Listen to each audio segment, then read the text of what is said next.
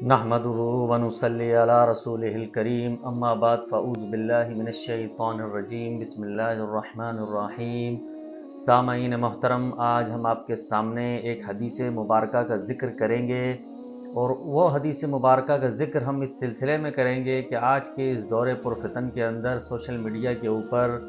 مختلف قسم کے لوگ نظر آ رہے ہیں چینلوں کے اوپر کہ صحابہ کرام رضوان اللہ تعالی علیہم اجمعین کی سنت اور ان کی پیروی کی اتباع کے بارے میں باتیں کرتے ہوئے نظر آتے ہیں۔ آج وہ بہت ساری حدیثوں کا انکار کرتے ہوئے نظر آ رہے ہیں، جہاں وہ بہت ساری حدیثوں کا انکار کر رہے ہیں وہیں وہ اس حدیث کا بھی انکار کرتے ہوئے نظر آ رہے ہیں کہ نبی اکرم صلی اللہ علیہ وسلم نے اس حدیث کے بارے میں نہیں فرمایا کہ علیکم بسنتی وسنت الخلفاء الراشدین المہدیین۔ اس حدیث مبارکہ کا انکار کرتے ہوئے نظر آتے ہیں کہ نبی پاک صلی اللہ علیہ وسلم نے صرف اور صرف قرآن اللہم ہؤلاء اہل بیتی و عطرتی کے ساتھ جو فرمایا ہے، نبی پاک کی یہ حدیث ثقلین جس کو کہتے ہیں، کہ نبی پاک صلی اللہ علیہ وسلم نے فرمایا کہ میں اپنے بعد بہت سارے اختلافات دیکھ رہا ہوں، لہذا میں تم میں دو چیزیں چھوڑے جا رہا ہوں، ایک اللہ کی کتاب اور ایک اپنی اہل بیت۔ جہاں اس حدیث کو ذکر کیا جاتا ہے وہاں اور دیگر احادیثوں کو ضعیف اور موضوع اور جعلی قرار دیا جاتا ہے۔ آج ہم آپ کے سامنے یہ بات رکھیں گے، اور یہ سلسلے میں ہی رکھی جائے گی بات، کہ جہاں آپ اس حدیث کو تسلیم کر رہے ہو کہ جس کو نبی پاک صلی اللہ علیہ وسلم نے فرمایا حدیث ثقلین کے اعتبار سے، تو وہاں حدیث ثقلین کے علاوہ بھی اہل سنت کی دیگر کتابوں میں، دیگر مصادر اور دیگر سورسز کے اندر وہ حدیث بھی ہمیں ملتی ہے کہ فعلیکم بسنتی وسنت الخلفاء الراشدین المہدیین۔ تو یہ کس طرح ممکن ہے کہ حضور کی اس حدیث کو تو لے لیا جائے، کتاب اللہ کو تو لے لیا جائے، اور اہل بیت کی محبت اور عظمت کو لے لیا جائے، اور صحابہ کرام کو نکال دیا جائے؟ یہ ممکن نہیں ہے۔ جہاں ہمیں وہ حدیث ملتی ہے حدیث ثقلین، وہاں ہمیں خلفاء راشدین کی اتباع کی بھی حدیث ملتی ہے۔ اس سلسلے میں میرا سب سے پہلا حوالہ ہے سنن ابن ماجہ کا۔ سنن ابن ماجہ کے اندر باب نمبر 6 کے اندر وہ ایک باب قائم کرتے ہیں، اتباع سنت الخلفاء الراشدین المہدیین۔ ابو بکر صدیق ہو گئے، عمر فاروق ہو گئے، عثمان غنی ہو گئے، اور حضرت مولا علی رضی اللہ تعالی علیہ مجمعین جو ہیں، یہ سارے ان کے بارے میں خلفاء راشدین کا اطلاق ہوتا ہے۔ تمام محدثین نے اپنی اپنی کتابوں میں اس حدیث کو لکھا، اس حدیث کو صحیح ثابت کیا اور صحیح مانا اس حدیث کو۔ تو سنن ابن ماجہ کے اندر حدیث نمبر 42 کو آپ صحیح قرار دیتے ہیں، اور پہلی سند ہے یہ اس حدیث کی ارباز بن ساریہ صحابی رسول کے حوالے سے۔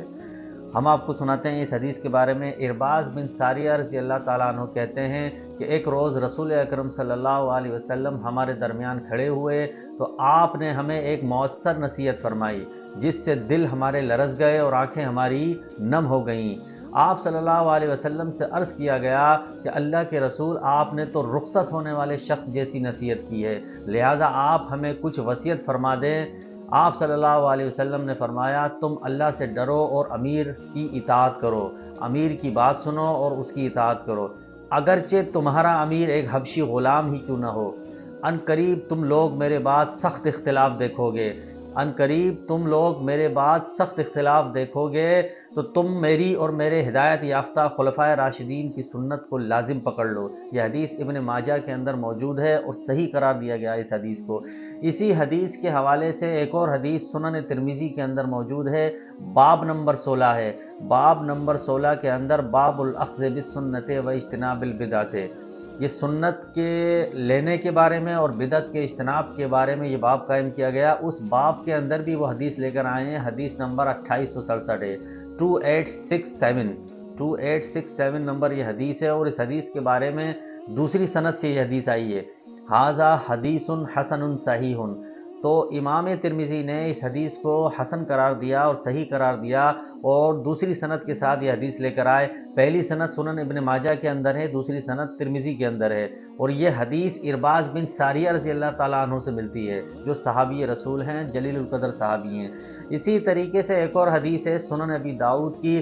اس کا حدیث نمبر ہے 4607، یعنی کہ 4607 نمبر کی یہ حدیث ہے، اور اسی حدیث کے بارے میں امام ابن ابی داؤد سنن ابی ابن داؤد کے اندر حاذا حدیث صحیح قرار دیتے ہیں، وہ تیسری سند لے کر آئے اس کے بارے میں، اور حضرت ارباز بن ساریہ صحابی رسول سے تیسری سند کے ساتھ وہ روایت نقل کرتے ہیں۔ اسی طریقے سے سنن دارمی شریف ہے، سنن دارمی کے اندر باب نمبر 16 کے اندر باب و اتباع سنت، سنت کی اتباع کے بارے میں انہوں نے باب قائم کیا، اور اس کے اندر حدیث نمبر 96 لے کر آئے، یعنی کہ 96 نمبر حدیث لے کر آئے، اور اس حدیث کو انہوں نے صحیح قرار دیا۔ اب یہ حدیث مبارکہ اہل سنت کے سیاستہ کی کتابوں میں موجود ہے، اور اس سے آگے بھی کتابوں میں موجود ہے۔ اسی طریقے سے علامہ آجوری رحمۃ اللہ تعالیٰ علیہ کی کتاب الشریعہ، اس کے اندر باب قائم کرتے ہیں السنت رسول، سنت صحابہ اور بدعت سے اجتناب کے بارے میں۔ انہوں نے ایک ہیڈنگ قائم کی، ایک باب قائم کیا، اور وہاں پر حدیث وہ لے کر آئے، حدیث نمبر 86 اور حدیث نمبر 88۔ اسی حدیث نمبر 86 اور 88 کو آپ نے فرمایا فعلیکم بسنتی وسنت الخلفاء الراشدین المہدیین، لازم ہے تم پر میری سنت، میرے خلفاء راشدین المہدیین کی سنت۔ یہ بات آپ نے کیوں فرمائی؟ اس لیے فرمائی کہ نبی پاک صلی اللہ علیہ وسلم حضرت ارباز بن ساریہ فرماتے ہیں کہ ایک روز ہم میں کھڑے ہوئے، فجر کی نماز، بعض روایتوں میں فجر کی نماز کے بعد کا ذکر ہے، بعض میں نماز کا ذکر ہے، کہ فجر کی نماز کے بعد آپ کھڑے ہوئے، اور آپ علیہ الصلوۃ والسلام نے حضرت ارباز بن ساریہ فرماتے ہیں کہ ہمیں ایک جامع نصیحت فرمائی، ایک جامع وصیت فرمائی، اور ایسی نصیحت فرمائی کہ اس نصیحت کو سن کر ہماری آنکھیں نم ہو گئیں اور ہمارے دل لرز گئے۔ تو ہم میں سے کسی شخص نے یہ بات کہی کہ نبی پاک صلی اللہ علیہ وسلم آپ ہمیں کسی بات کی وصیت فرما دیں، تو نبی پاک صلی اللہ علیہ وسلم نے وصیت فرماتے ہوئے فرمایا کہ میں تمہیں وصیت کرتا ہوں کہ اللہ تعالیٰ سے ڈرتے رہنے کی اور اپنے امیر کی اطاعت کرنے کی، اپنے امیر کی، اپنے حاکم کی اتباع اور اطاعت کرنے کی تمہیں حکم دیتا ہوں، اگرچہ وہ امیر اور حاکم حبشی غلام ہی کیوں نہ ہو، مگر تمہیں اس کی اطاعت اور اس کی اتباع کرنی ہے۔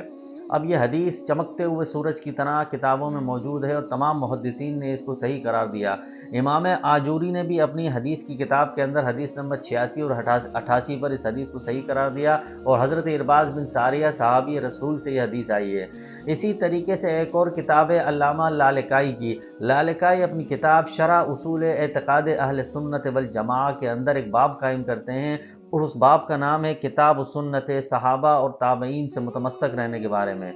وہ ایک باب قائم کرتے ہیں کہ اللہ تعالیٰ کی کتاب اور نبی پاک صلی اللہ علیہ وسلم کی سنت، صحابہ کی سنت اور تابعین کی سنت کے بارے میں وہ ایک باب قائم کرتے ہیں، اور وہاں باب قائم کرتے ہوئے وہ اسی حدیث کو لے کر آئے ہیں کہ علیکم بسنتی وسنت الخلفاء الراشدین المہدیین، حدیث نمبر 79 ہے، اور اس حدیث کے بارے میں حکم لگایا آپ نے کہ حدیث صحیح۔ اب شرح اصول اعتقاد اہل سنت والجماعہ کے مصنف علامہ لالکائی بھی اس حدیث کو صحیح قرار دے رہے ہیں۔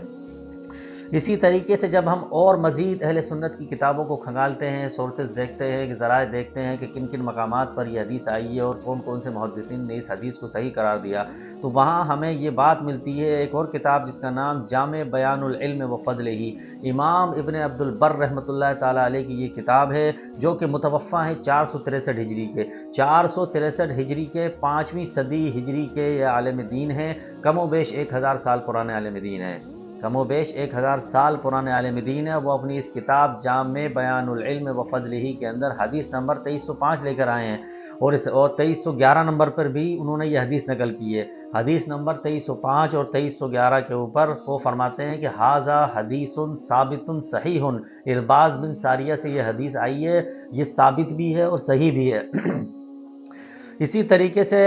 تلخیص الحبیر ایک کتاب ہے جس کے اندر جو امام ابن حجر عسقلانی رحمۃ اللہ تعالیٰ علیہ کی ہے، امام ابن حجر عسقلانی تلخیص الحبیر کے اندر حدیث نمبر 2593 2593 لے کر آئے ہیں، اور یہی حدیث لے کر آئے ہیں، اور اس حدیث کے بارے میں آپ فرماتے ہیں تصحیح فرمائیے آپ نے اس حدیث کے بارے میں کہ یہ حدیث صحیح ہے۔ اسی طریقے سے پھر جامع بیان العلم و فضلہ، امام ابن عبد البر کی یہ لکھی ہوئی کتاب، اس کے اندر باب قائم کرتے ہیں لزوم السنت، سنت کے لازم ہونے کے بارے میں، اور وہ یہ حدیث لے کر آئے ہیں ترکت فیکم اثنتین، کہ چھوڑ رہا ہوں میں تم میں دو چیزیں چھوڑے جا رہا ہوں۔ نبی پاک صلی اللہ علیہ وسلم کے فرمان کو انہوں نے نقل کیا کہ لن تدلوا، ہرگز تم گمراہ نہیں ہوگے، مت تمسک تم، اگر تم اس سے جڑے رہے ہوگے، اس سے متصل رہو گے، اس سے جڑے رہو گے، تو بہما کتابُللہ و سنتی، حدیث کو نقل کرنے کے بعد آپ فرماتے ہیں حدیث صحیح، اور یہ حدیث 2299 نمبر پر 22 اور 99 پر موجود ہے۔ اسی طریقے سے مسند امام احمد بن حنبل کے اندر جلد نمبر 28 پر جب ہم یہی حدیث دیکھتے ہیں تو اس حدیث کا نمبر ہے 17142، 17144 اور 17145 پر یہی حدیث لے کر آئے ہیں، علیکم بسنتی و سنت الخلفاء الراشدین المہدیین، اور اس حدیث کے بارے میں حکم بھی آپ نے لگایا کہ حدیث صحیح۔ اب یہ حدیث صحیح قرار دے رہے ہیں مسند امام احمد بن حنبل کے مصنف۔ اسی طریقے سے ایک اور کتاب ہے مستدرک للحاکم، مستدرک للحاکم کے اندر کتاب العلم کے باب میں آپ نے ایک باب قائم کیا، امام حاکم نے رحمۃ اللہ تعالیٰ علیہ جو نیشابور کے رہنے والے تھے، مستدرک کی للحاکم بھی کہتے ہیں، مستدرک علی الصحیحین بھی اس کتاب کو کہتے ہیں۔ وہاں وہ دو حدیثیں لے کر آئے کہ حدیث نمبر 333 اور 332 ہے۔ 333 اور 332 نمبر کی حدیثوں کو لانے کے بعد یہی حدیث ہیں کہ نبی پاک صلی اللہ علیہ وسلم نے فرمایا کہ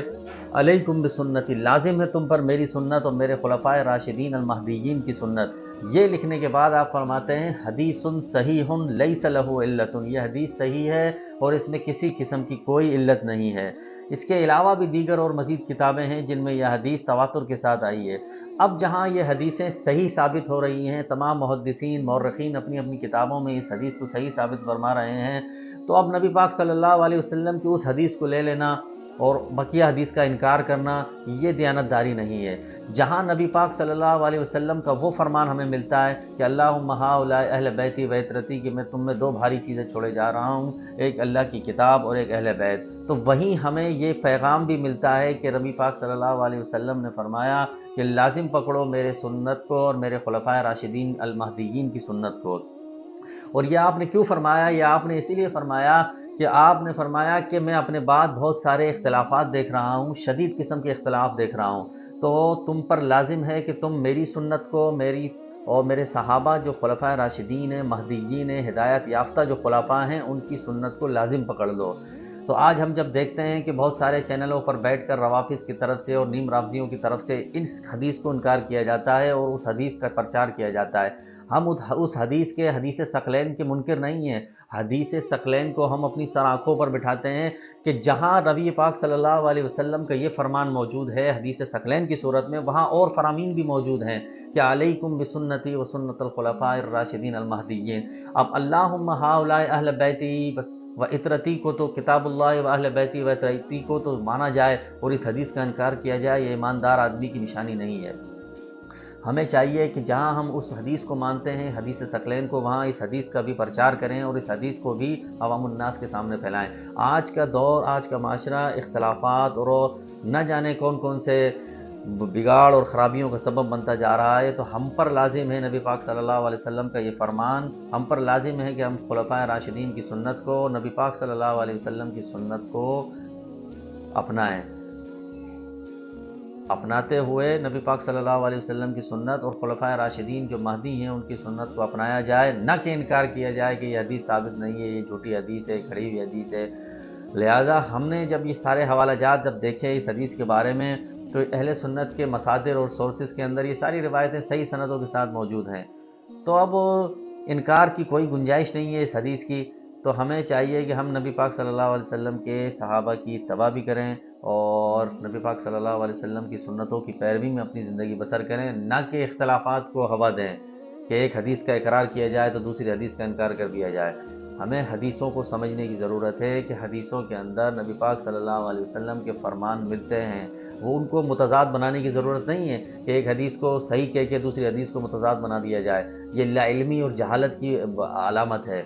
اللہ تعالی ہمیں حق سمجھنے کی توفیق عطا فرمائے۔ وآخر دعوانا ان الحمد للہ رب العالمین۔